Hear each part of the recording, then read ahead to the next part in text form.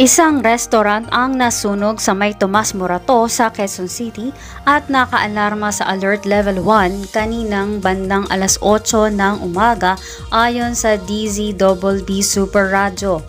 Makikita sa video ang makapal na usok na nagmumula sa bubungan ng restaurant.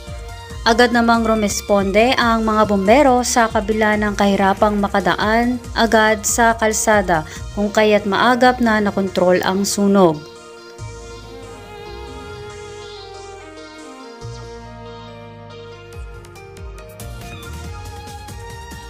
Abangan po natin ang mga susunod na balita dito lang sa WIO. Ako po si Chris Elijah para sa mga balitang may kwenta.